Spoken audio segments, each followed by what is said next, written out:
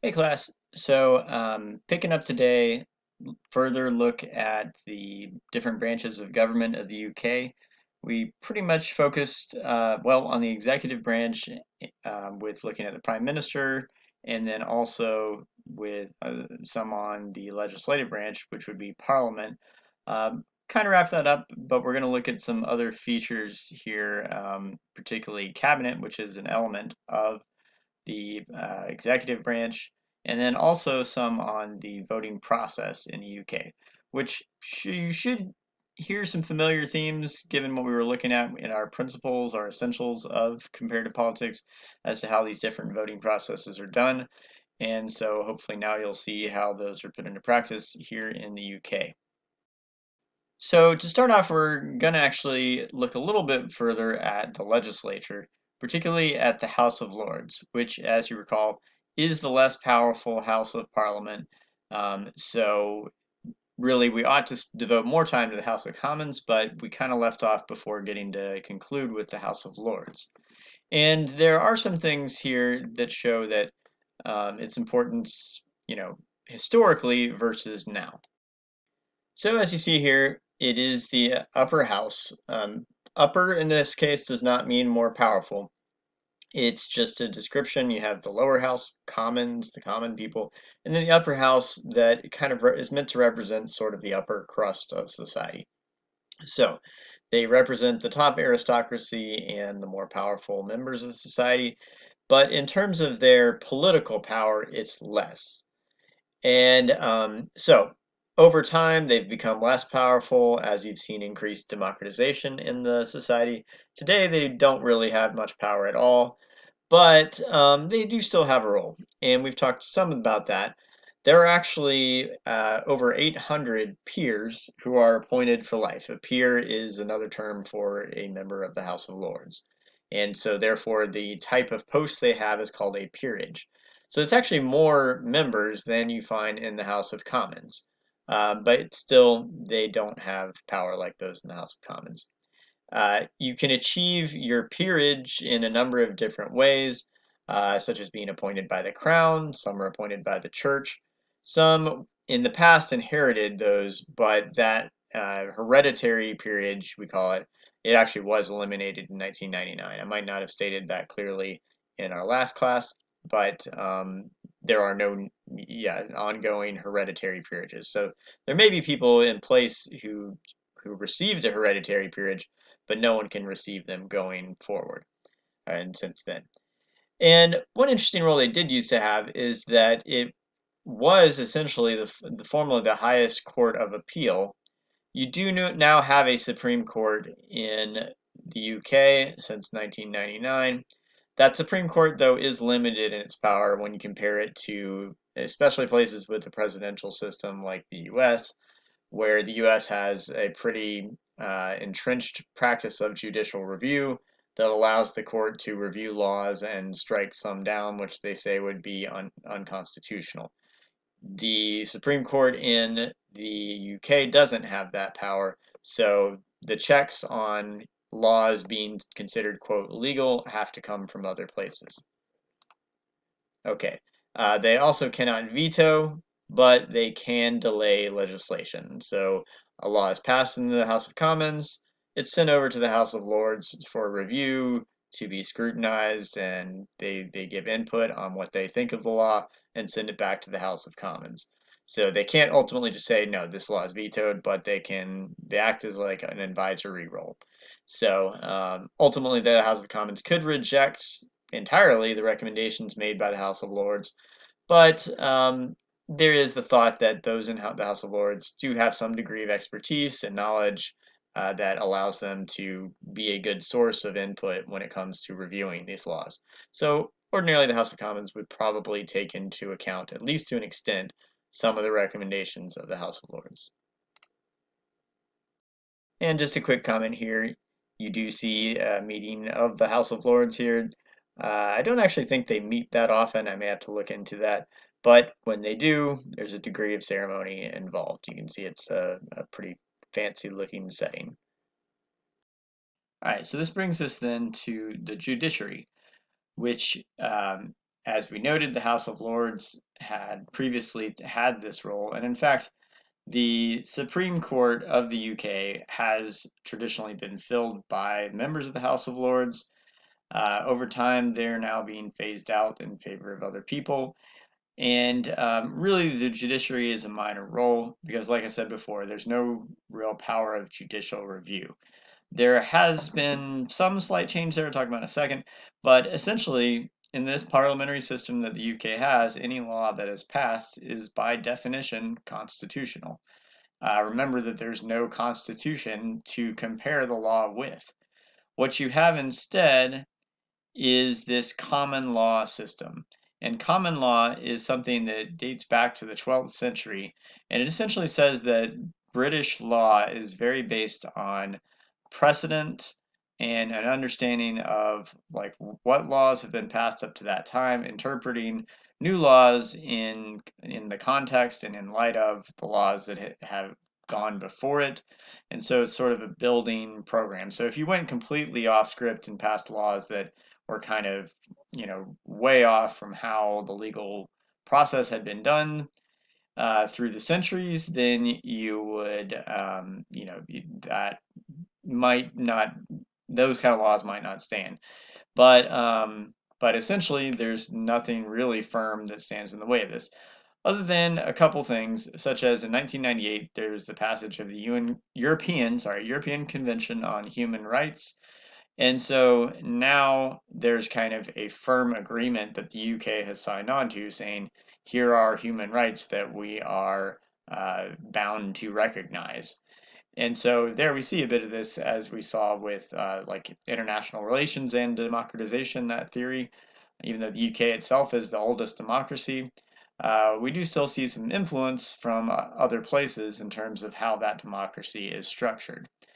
And so then with that, we do see a move toward greater involvement of the courts because they now at least have something like the European Convention on Human Rights to look to say, wait a minute, these laws don't seem to align with that convention. Finally, just a little other note here about how the judiciary works. You do, like you find in most places, have a hierarchy of civil and criminal courts and an appeal system. So if in a criminal court someone's found guilty of a crime in a low court that is like a local court, they are able to appeal that to a higher level court. Similarly with civil matters, if you're having lawsuits and things, they can be appealed and move up through the court system. So you do deal with that aspect in the judiciary, but not with this idea of striking down laws passed by Parliament. Okay, so finally, we are going to go a little bit different direction and now look at the electoral system in the UK. And the system in the UK is SMD, abbreviation for single member district, which you might remember that is the first past the post. This is the one that the narrator of the videos did not think very highly of, and I'm kind of sympathetic, honestly, with him. But I will say you could see some advantages, but on the whole, it doesn't seem like the most fair. In any case, what you do have are 650 constituencies. A constituency is essentially a voting populace for a given candidate. So, and each of these do have roughly the same number, about 68,000 people that compose each constituency. So at least the numbers are divided pretty fairly amongst these. So that's, per member of parliament, which we abbreviate to MP. So, as we saw when we looked at the voting systems, this does favor and maintain essentially a two-party system. Now, you have more than two parties in the UK, but it can really be tough for these smaller parties to gain traction and make their voice very significant, and tends to penalize smaller parties. There's some interesting caveats here in that if you have a small party but it's very concentrated in one area, such as you find with the Scottish National Party, it's concentrated in Scotland.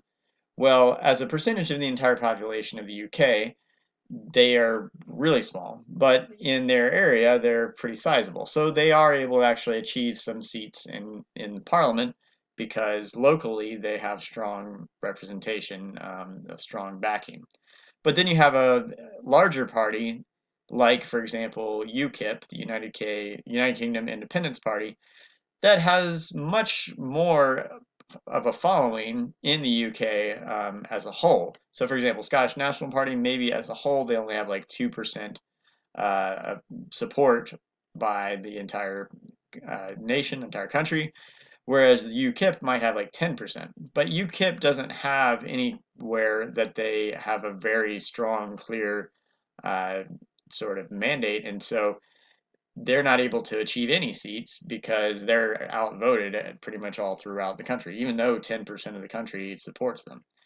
So there is an advantage here, though, in that you do get usually a clear House of Commons majority.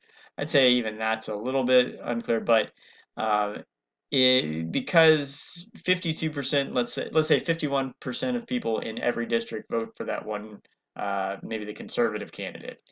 Well, you're going to have a fully conservative parliament, which might not seem very fair to the other 49% everywhere, but if you want to treat it like this is the general will of the population, that like the people have chosen the type of government that they want, well, then you'd say sort of the people broadly have spoken, if we treat the people to mean like the majority, and they are issuing a mandate to the conservatives to move forward with their plan.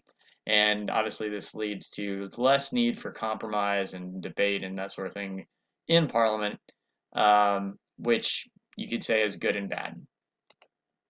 Okay, so there is virtually unchecked power to a majority party if you have a majority. They're not going to be vetoed by any president because there's no veto power, and the prime minister will emerge out of that party. But there could be the possibility still of a number of parties, and then they would have to form a coalition in order to pass legislation and to choose the prime minister. So, yeah, and okay, the idea about disenfranchising people you don't like to turbo franchise people, or those that you do. I'll just make a couple comments there.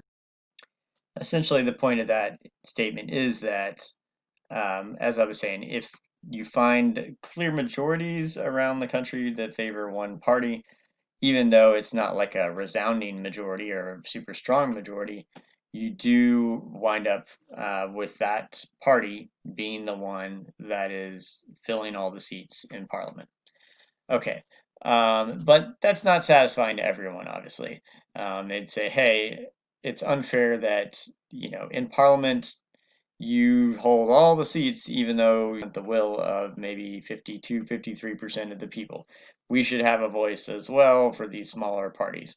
And so there have been attempts at reform, and in fact, in 2010, a coalition government had been formed, meaning that Labor at that time was the largest party, but not a majority. And so they kind of got together with the Liberal Democrats, who sort of can form uh, compromises with whichever of the other two parties is the larger one at the time, because they're kind of in the middle.